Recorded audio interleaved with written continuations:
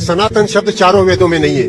कहीं भी नहीं। चारों वेदों में सनातन शब्द नहीं है। तो अपने भगवान शब्द चारों वेदों में नहीं है। चारों वेदों में अलख, निरंजन, अवधु ये शब्द भी नहीं है।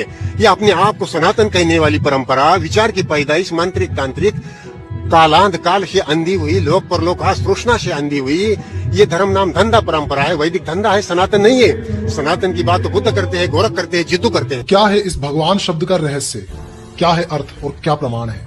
देखो, सबसे पहले तो भगवान शब्द के कई अर्थ हैं और सब ने अपने अपने हिसाब से कई सारे अर्थ इसके निकाले हैं।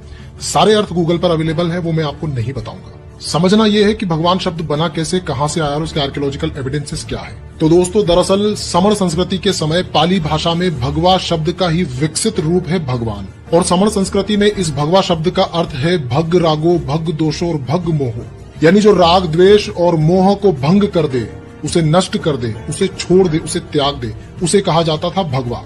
और समण संस्कृति में यानी कि लगभग 2600 साल पहले सिर्फ 2 लोगों को भगवान शब्द की उपाधि मिली, जिसमें पहले व्यक्ति थे तथागत गौतम बुद्ध और दूसरे व्यक्ति थे महावीर स्वामी जी। दोनों के नाम भगवान बुद्ध और भगवान महावीर पुकारे जाते हैं, क्योंकि इन 2 महापुरुषों ने अपने अंदर के राग द्वेष और अपने अंदर के विकारों को नष्ट कर दिया था, इसीलिए इन्हें भगवा और फिर भगवान कहा गया। लेकिन समय के साथ इस भगवान शब्द का अर्थ बदलकर किसी मोक्षदाता, किसी अलौकिक शक्ति या किसी चमत्कारिक व्यक्ति के रूप में हो गया।